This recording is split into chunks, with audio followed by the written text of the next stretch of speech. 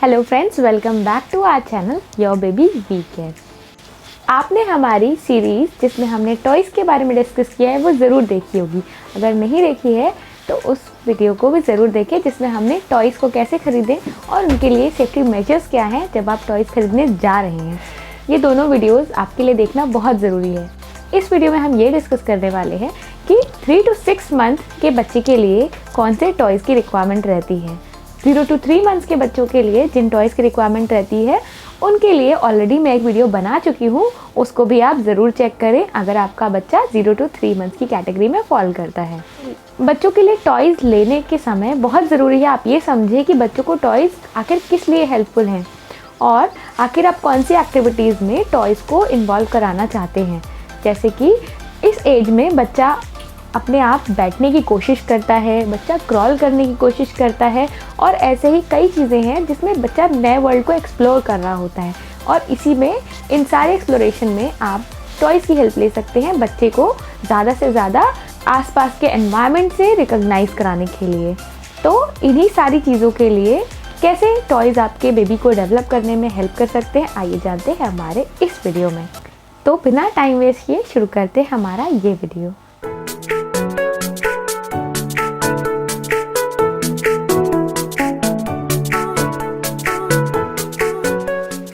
इस एज में ज़्यादातर बच्चे बैठने की कोशिश करते हैं या बैठना शुरू कर देते हैं। तो जब बच्चा बैठने लगता है या बैठने की कोशिश करता है तो उस समय आपको बच्चे को ऐसे टॉयज़ देने हैं जिससे वो मोटिवेट हो ज़्यादा समय तक बैठे रहने के लिए या फिर बैठने के बाद नेक्स्ट स्टेप क्रॉल करना उसके लिए। इसमें आपकी हेल्प कर सकते हैं कुछ रोलिंग टॉयज़ या रोली पोली टॉयज़। तो रोलिंग टॉयज़ ऐसे टॉयज़ होते हैं जिसमें बच्चा हाथ मारता है, वो थोड़ा और आगे चले जाते हैं और बच्चा उसे पकड़ने की कोशिश करता है और इससे वो नेक्स्ट स्टेप लेने के लिए तैयार हो जाता है। तो इसमें आते हैं कुछ रोलिंग ड्रम्स या रोली पोली टॉयज़ जिनको बच्चा हाथ मारता है और वो आगे पीछे जाते हैं। इसी तरीके से हिट मी टॉयज़ भी आते हैं जिन्हें आप बच्चे के लिए ला सकते हैं और बच्चा ज़्यादा देर तक बैठा भी रहेगा और साथ ही साथ नेक्स्ट स्टेप यानी क्रॉल करने की तरफ अट्रैक्ट होगा। इस एज में बच्चों के ज़्यादातर ग्रॉस मोटर स्किल्स भी डेवलप होने की स्टेज पे होते हैं और साथ ही साथ फाइन मोटर स्किल्स भी डेवलपमेंट की स्टेज पे होते हैं। फाइन मोटर स्किल्स में आते हैं बच्चों की सेंसेस, जैसे कि उंगलियों का यूज़ करना, किसी चीज़ को पकड़ना। तो ये सारी चीज़ें भी इसी एज में डेवलप हो रही होती हैं। तो इसी टाइम पे आपको बच्चे के लिए डिफरेंट सेंसेस यानी इसी एज में आपको बच्चे के लिए डिफरेंट टेक्सचर्स इंट्रोड्यूस कराने हैं। यानी कि बच्चे के लिए आपको इस टाइम पे कुछ सेंसरी बिन्स अरेंज करनी है। सेंसरी बिन्स में आप कुछ ट्रेजर हंट टाइप की चीज़ अरेंज कर सकते हैं। यानी एक आपने बास्केट ले ली और उसमें डिफरेंट ऑब्जेक्ट्स को पुट करके आप बच्चे को दे देंगे। वो ऑब्जेक्ट्स रिलेटेड भी हो सकते हैं और नॉन रिलेटेड भी हो सकते हैं। डेली यूज़ के ऑब्जेक्ट्स हो सकते हैं, सिंपल क्लॉथ्स हो सकते हैं, डिफरेंट टेक्सचर के क्लॉथ्स हो सकते हैं या फिर आप उसमें चाहें तो डिफरेंट तरीके की बॉल्स या अलग अलग साइज़ की बॉल्स या अलग अलग साइज़ के सिमिलर ऑब्जेक्ट्स या डिफरेंट ऑब्जेक्ट्स भी डाल सकते हैं। और इस समय आप बिल्कुल ध्यान दें कि आप 3 से 4 से ज़्यादा ऑप्शन बिल्कुल ना दें, अदरवाइज़ बच्चा कंफ्यूज हो जाएगा और वो बहुत ही ज़्यादा परेशान हो सकता है। तो 3 से 4 चीज़ें ही आप उसमें एक टाइम पर डाल के दें और इससे आपके बेबी को डिफरेंट सेंसेस को एक्टिवेट करने में बहुत ज़्यादा हेल्प होती है। तो इस टाइम पर आप बेबी के लिए सेंसरी बिन्स या बास्केट बनाना बिल्कुल ना भूलें। मार्केट में टेक्सचर्ड बॉल्स भी अवेलेबल हैं, तो आप चाहें तो डिफरेंट टेक्सचर वाली बॉल्स ले सकते हैं जिसको बच्चा छू के फील कर सकता है और वो समझ सकता है कि ये डिफरेंट टेक्सचर है, ये उभरा हुआ है या ये थोड़ा सा कॉन्वेक्स है या कॉनकेव है। इस तरीके की चीज़ें बच्चा हाथ से छू के फील करता है और इससे उसकी डिफरेंट सेंसेस एक्टिवेट होती हैं और ये बच्चे की डेवलपमेंट के लिए बहुत ही ज़्यादा हेल्पफुल रहते हैं। इस टाइम पे बच्चा अपने आप बैठ सकता है ज़्यादातर केसेस में। तो अगर आपका बच्चा बैठ सकता है या सपोर्ट के साथ भी बैठ सकता है तो उस टाइम पे जब आप बेबी को बेदिंग के लिए ले जाते हैं या नहलाने के लिए ले जाते हैं तो उस टाइम पे भी आप बच्चों को डिफरेंट टॉयज़ इंट्रोड्यूस कराना बिल्कुल ना भूलें। तो बेदिंग के लिए स्पेशल टॉयज़ आते हैं जिनको बहुत ही लाइट वेट होते हैं, पानी में तैरते हैं और वो काफ़ी कलरफुल होते हैं जो बच्चे को काफ़ी अट्रैक्ट करते हैं। इन टॉयज़ की हेल्प से आपका बेबी बेदिंग एक्टिविटी को भी एक फन एक्टिविटी की तरह समझने लगता है और बहुत ही ज़्यादा एंजॉय करता है। तो आप इस तरीके के बेदिंग टॉयज़ लाना बिल्कुल ना भूलें। इन टॉयज़ में स्क्वीकी साउंड भी होता है तो वो भी बच्चे के लिए काफ़ी अच्छा रहता है और साथ ही साथ इसी एज में यूज़ करने के लिए बेदिंग बुक्स भी आती हैं, तो आप उन बेदिंग बुक्स को भी इंट्रोड्यूस कराना बिल्कुल ना भूलें। इस टाइम पे बच्चा कॉज एंड इफेक्ट भी सीख रहा होता है, तो उसी समय आपको बच्चे को कॉज एंड इफेक्ट से रिलेटेड टॉयज़ भी देने हैं। कॉज एंड इफेक्ट से रिलेटेड टॉयज़ में आते हैं कुछ ऐसे बटन फीचर्स वाले टॉयज़, जैसे कि आपने बटन पुश किया और उसमें से या तो कुछ साउंड निकला या तो कुछ लाइट निकली। तो ऐसे टॉयज़ भी अगर इस एज में आप बच्चों को इंट्रोड्यूस कराते हैं तो वो भी बेबी के डेवलपमेंट के लिए बहुत अच्छे रहते हैं।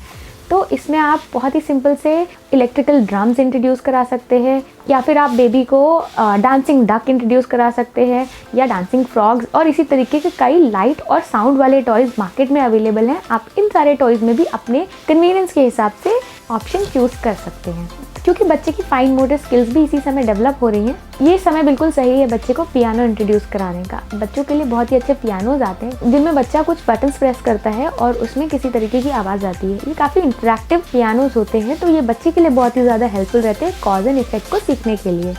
इसी समय जब बच्चे की फाइन मोटर स्किल्स भी डेवलप हो रही हैं, तब आप उनको ऐसी चीज़ें दें जिससे बच्चे अपनी उंगलियों का यूज़ करना सीखें। जैसे कि आप इस समय बच्चे को ओ बॉल या फिर बीडेड बॉल भी इंट्रोड्यूस करा सकते हैं। वो बच्चे को काफ़ी लंबे टाइम तक इंगेज रखने में बहुत ही ज़्यादा हेल्पफुल रहती है और लाइट वेट होती है। साथ ही साथ बच्चा उसको अलग अलग प्लेसेस पे टच करता है और उसे डिफरेंट तरीके से होल्ड करने की कोशिश करता है, और ये बच्चे के लिए बहुत ही ज़्यादा हेल्पफुल रहता है। इस एज में आप बच्चे को म्यूजिकल बिन भी इंट्रोड्यूस करा सकते हैं, क्योंकि बच्चे की सुनने की भी शक्ति डेवलप हो रही है। तो इस टाइम पे अगर आप बच्चे को म्यूजिकल बिन इंट्रोड्यूस कराते हैं तो बच्चे को म्यूजिक में भी इंटरेस्ट डेवलप होगा, और साथ ही साथ कॉज एंड इफेक्ट भी सीखने में बहुत ही ज़्यादा हेल्पफुल रहता है। तो म्यूजिकल बिन में आप सिंपल कुछ म्यूजिकल इंस्ट्रूमेंट्स ले सकते हैं। तो म्यूजिकल बिन में आप सिंपल छोटे से बेबी साइज़ के ड्रम, डमरू या फिर जाइलोफोन या इसी तरीके के और भी म्यूजिकल टॉयज़ आप बच्चे के लिए इंट्रोड्यूस करा सकते हैं, और बच्चे को ये भी काफ़ी हेल्पफुल रहते हैं म्यूज़िक को अंडरस्टैंड करने में और साथ ही साथ कॉज एंड इफेक्ट को समझने के लिए।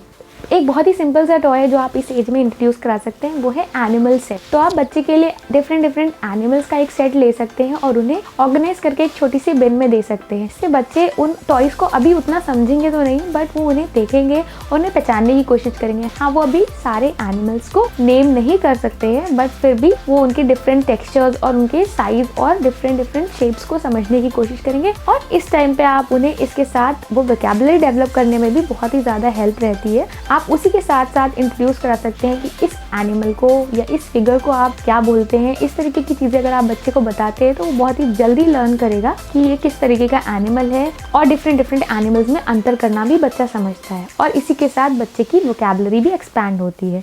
तो आप एनिमल सेट भी बच्चे को इस एज में इंट्रोड्यूस करा सकते हैं। और एनिमल सेट के साथ ही साथ पपेट सेट भी आप इंट्रोड्यूस करा सकते हैं। बच्चे के लिए पपेट्स स्टोरी टेलिंग में बहुत ही ज़्यादा हेल्पफुल रहते हैं। तो आप डेली थोड़ा सा टाइम निकाल कर बच्चे को एक छोटी सी स्टोरी सुना सकते हैं, जिसमें आप इन पपेट्स का यूज़ कर सकते हैं, और बच्चा इससे बहुत ही ज़्यादा इंटरेक्ट करता है और बहुत ही ज़्यादा खुश भी होता है और काफ़ी टाइम के लिए इंगेज रहता है। और at the end of the day वो वेट करता है कि ये एक्टिविटी हो, क्योंकि उसमें कुछ एनिमेटेड सा बच्चे को दिखाई देता है, क्योंकि इस एज में आप बेबी को टीवी या मोबाइल्स नहीं दे सकते हैं।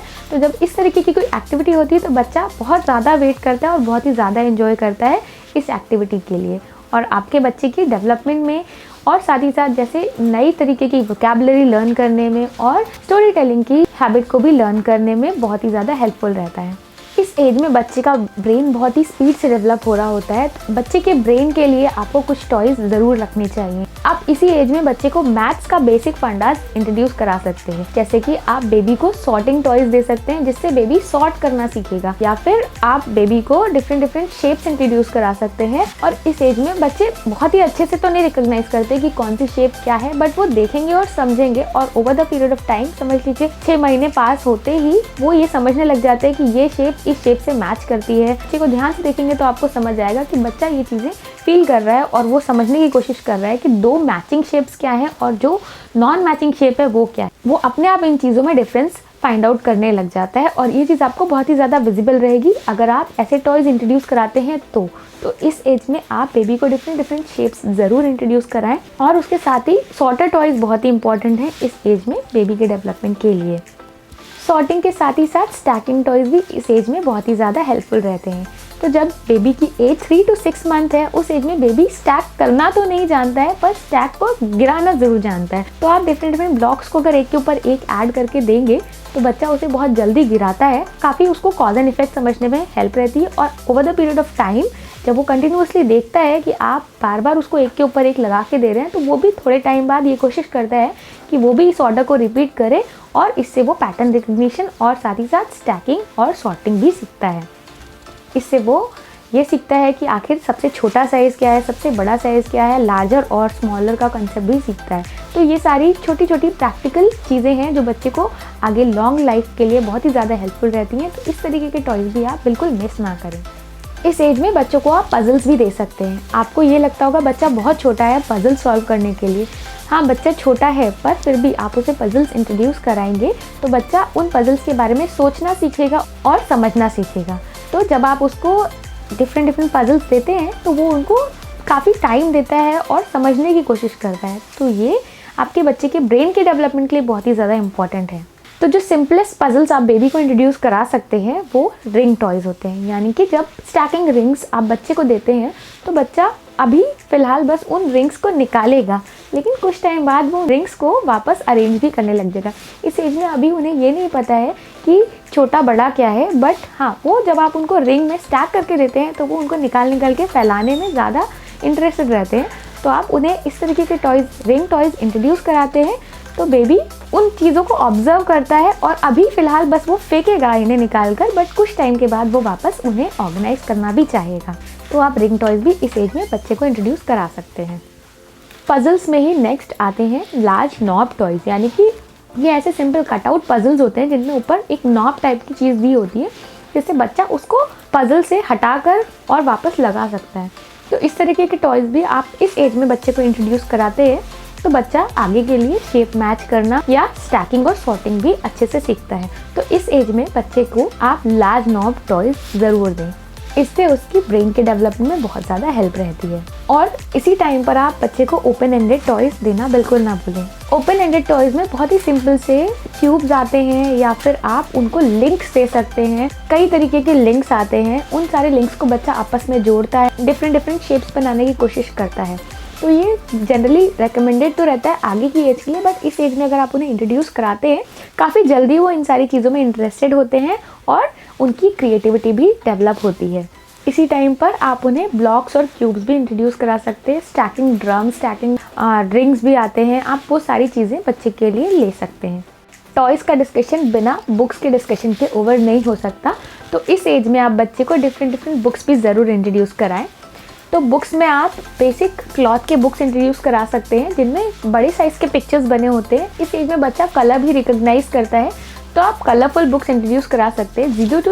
0 to 3 मंथ्स में बच्चा कलर उतना रिकॉग्नाइज नहीं कर पाता है, तो वहाँ पर आपको ब्लैक एंड वाइट बुक्स देनी है। बट इस एज में बच्चे को कलर समझ में आते हैं, इसलिए इस एज में आप बच्चे को ब्लैक एंड वाइट से ऊपर बढ़कर कलर्ड बुक्स इंट्रोड्यूस करा सकते हैं। तो बच्चे की कौन सी बुक्स आपको देनी है इसके लिए मैं एक सेपरेट वीडियो बनाऊंगी। हर एज के अकॉर्डिंग कौन सी बुक्स बच्चे के लिए बहुत ज़्यादा हेल्पफुल रहेंगी उस पर हमारा सेपरेट वीडियो आएगा। बट फिलहाल आपको इस एज में क्लॉथ की बुक्स बच्चे को इंट्रोड्यूस करानी है। बेडिंग के टाइम पर आप बच्चे को स्क्वीकी बुक्स इंट्रोड्यूस करा सकते हैं, या फिर बेडिंग बुक्स आती हैं जिनमें बच्चा जब पानी डालता है तो वो कलर चेंज करता है। इस तरीके की बुक्स भी आप बच्चे को दे सकते हैं। और साथ ही साथ कुछ स्टोरी टेलिंग बुक्स होती हैं जो आप इस एज में बच्चे को इंट्रोड्यूस करा सकते हैं। बहुत ज़्यादा तो नहीं, बट कोई भी एक कैरेक्टर, उसका डेली फंक्शन कैसे रहता है, मतलब डेली रूटीन क्या है, वो इस तरीके की बुक्स में डिस्कस किया जाता है। तो ये बुक्स बच्चे के लिए बहुत ही ज़्यादा हेल्पफुल रहती हैं। तो इस एज में आप बच्चे को चूई बुक्स भी इंट्रोड्यूस करा सकते हैं, क्योंकि बच्चे के दांत निकलते हैं, उसको हर चीज़ चबानी होती है और पेपर की बुक्स उनके लिए सेफ़ नहीं होती हैं। इसलिए इस एज में कुछ क्लॉथ की बुक्स या चूई बुक्स या इंडेस्ट्रक्टिबल बुक्स आती हैं, आप वो बच्चे के लिए इंट्रोड्यूस करा सकते हैं। इसी के साथ इस एज में आप बच्चे को पपेट बुक्स भी इंट्रोड्यूस कराएं। तो पपेट्स में फिंगर पपेट्स आते हैं और हैंड पपेट्स आते हैं, तो आप इन दोनों ही तरीके की बुक्स को बच्चे के लिए ले सकते हैं। और बच्चा काफ़ी ज़्यादा इन बुक्स को देखकर खुश होता है और स्टोरी टेलिंग और साथ ही साथ इस एक्टिविटी में बच्चा बहुत ही ज़्यादा इंजॉय करता है और साथ ही साथ उसकी वोकैबुलरी बिल्डअप होने में भी बहुत हेल्प रहती है। तो इस एज में आप पपेट बुक्स में भी ज़रूर इन्वेस्ट करें। और जिन बुक्स को हम आपके लिए रेकमेंड करते हैं इस एज में, उन बुक्स का लिंक आपको डिस्क्रिप्शन बॉक्स में मिल जाएगा, अगर आप चाहें तो वहाँ उन्हें चेकआउट कर सकते हैं। और लास्ट में मैं ये बताना चाहूँगी कि कई बच्चों को इस एज में टीदिंग स्टार्ट हो जाती है। तो जब टीदिंग का इशू स्टार्ट होता है तो उस टाइम पे बच्चे काफ़ी इरिटेटेड रहते हैं और बच्चों के गम्स में बहुत ही ज़्यादा पेन होता है। तो इसीलिए इस टाइम पे आपको बच्चों को टीदिंग टॉयज़ भी इंट्रोड्यूस कराने हैं। टीदिंग टॉयज़ कई तरीके के आते हैं और किस तरीके के टीदिंग टॉयज़ होने चाहिए और आप कैसे टीदिंग टॉयज़ सिलेक्ट कर सकते हैं, इस पे भी हमारा एक वीडियो बहुत जल्द आएगा। आप उसे भी ज़रूर चेकआउट करें, वो भी आपके लिए बहुत ही ज़्यादा हेल्पफुल रहेगा। बट बेसिकली आपको सिंपल टीदिंग टॉयज़ लेने हैं। टीदिंग टॉयज़ आप सिलिकॉन बेस्ड ले सकते हैं या वुड के टॉयज़ भी आप ले सकते हैं, क्योंकि बच्चा आसपास की हर चीज़ अपने मुंह में डालना चाहता है। ऐसा वो जानबूझकर नहीं कर रहा होता है, बट उसके गम्स में बहुत ही ज़्यादा इरिटेशन हो रही होती है और वो हर चीज़ अपने मुंह में रखता है। कई बार बच्चे किसी की उंगली पकड़ के भी काट लेते हैं या मदर के निपल्स को भी कट कर लेते हैं या अपनी बॉटल की भी निपल्स को बहुत ज़्यादा कट करते हैं। तो वो काफ़ी ज़्यादा इरिटेटेड फील कर रहे होते हैं। इसीलिए इस एज में आपको बच्चों को टीदिंग टॉयज़ देना भी बहुत ज़रूरी है और बहुत ज़्यादा ध्यान रखें कि आप इन टीदिंग टॉयज़ के साथ फुल हाइजीन मेंटेन करें। जब भी बच्चा खेल चुका है उसके बाद अब उसे पूरा वॉश करके अच्छे से स्टरलाइज करके या गर्म पानी में वॉश करके ही बच्चे को दें, जैसा उस टॉय के साथ रिकमेंडेड है। टीदिंग टॉयज़ में Sophie the giraffe world wide बहुत ही ज़्यादा पॉपुलर है। आप उसे चूज़ कर सकते हैं अगर आप उसे अफोर्ड कर सकते हैं तो। अदरवाइज़ और भी टीदर्स आते हैं जो कि आप बच्चे के लिए ले सकते हैं। साथ ही साथ आप इंडिस्ट्रक्टेबल बुक्स ले सकते हैं जो कि बच्चा च्यू कर सकता है, या फिर क्लॉथ बुक्स भी बच्चा च्यू कर सकता है और वो बच्चे के लिए हार्मफुल नहीं है। टीदर्स के साथ आप ध्यान दें कि बच्चे को आप मल्टीपल टेक्सचर्स इंट्रोड्यूस करा रहे हैं और साथ ही साथ आप बच्चे को कई वैरायटी के टीदर्स दें ताकि वो बच्चा बोर भी नहीं हो, क्योंकि बच्चा बहुत जल्दी टीदर से बोर भी हो जाता है। तो आप डिफरेंट टीदर्स मंगाएं, क्योंकि बच्चा एक ही टीदर से बहुत ही आसानी से बोर हो सकता है। तो आप कई तरीके के टीदर्स में इन्वेस्ट करें और उनकी डिफरेंट सर्फेसेस होनी चाहिए, उनकी डिफरेंट टेक्सचर्स होनी चाहिए, वो आपके बच्चे के लिए ज़्यादा अच्छी रहेंगी। तो फ्रेंड्स, तो यही थे हमारे एसेंशियल टॉयज़ जो हमारे बच्चे को 3 to 6 मंथ की एज के लिए लेना बहुत ज़रूरी है। इससे बच्चे की डिफरेंट काइंड ऑफ डेवलपमेंट में बहुत ही ज़्यादा हेल्प रहती है। आई होप मैंने यहाँ पर आपको कुछ यूज़फुल इन्फॉर्मेशन दी होगी जिससे आपकी कन्फ्यूजन बहुत ही ज़्यादा रिजॉल्व हुई होगी रिलेटेड टू कि क्या टॉयज़ हम अपने बच्चे को 3 to 6 मंथ की एज में दें और क्या नहीं, जिससे आपके बच्चे का भी ब्रेन डेवलपमेंट और साथ ही साथ बाकी भी स्किल्स की डेवलपमेंट अच्छे से हो सके। 3 to 6 मंथ के बच्चे के लिए कौन सी एक्टिविटीज़ आप करा सकते हैं, इस पे हम बहुत जल्द एक अपना सेपरेट वीडियो लेकर आएंगे। इन एक्टिविटीज़ के साथ आप बच्चे को ज़्यादा समय तक एंगेज करके रख सकते हैं और बच्चा बोर नहीं होगा और परेशान नहीं होगा, जिससे आपकी भी लाइफ बहुत ही ज़्यादा स्मूथ और ईजी रहेगी और आपका भी बेबी हैप्पी और काम बन के रहेगा। तो फ्रेंड्स, मैं होप करती हूँ कि मैं आपकी कुछ ना कुछ हेल्प कर पाई होंगी और ये वीडियो आपके लिए बहुत ही ज़्यादा हेल्पफुल रहा होगा। अगर ऐसा है तो आप हमारे इस वीडियो को लाइक कर सकते हैं और साथ ही साथ ऐसे और भी पेरेंट्स हैं जिन्हें इस तरीके की इन्फॉर्मेशन की रिक्वायरमेंट है, उनके साथ शेयर कर सकते हैं। हम आपको मिलेंगे अपने नेक्स्ट वीडियो में। तब तक आप हमारे पुराने वीडियोस देखें।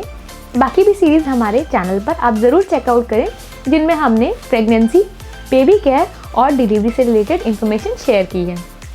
आई होप वो भी आपके लिए बहुत ही ज़्यादा हेल्पफुल रहेंगे। और फ्रेंड्स, अब आप हमें फेसबुक, इंस्टाग्राम और पिंटरेस्ट पे भी फाइंड आउट कर सकते हैं। आप हमें वहाँ भी चेकआउट करना बिल्कुल ना भूलें। इनके लिंक्स आपको डिस्क्रिप्शन बॉक्स में मिल जाएंगे।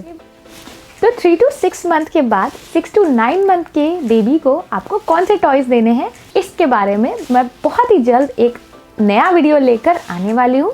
आप उसके लिए वेट करें। तब तक आप अपने 3 to 6 मंथ के साथ अपनी मदरहुड और फादरहुड को एंजॉय करें। हम आपको मिलेंगे अपने नेक्स्ट वीडियो में। तब तक bye bye and take very good care of yourself and your baby.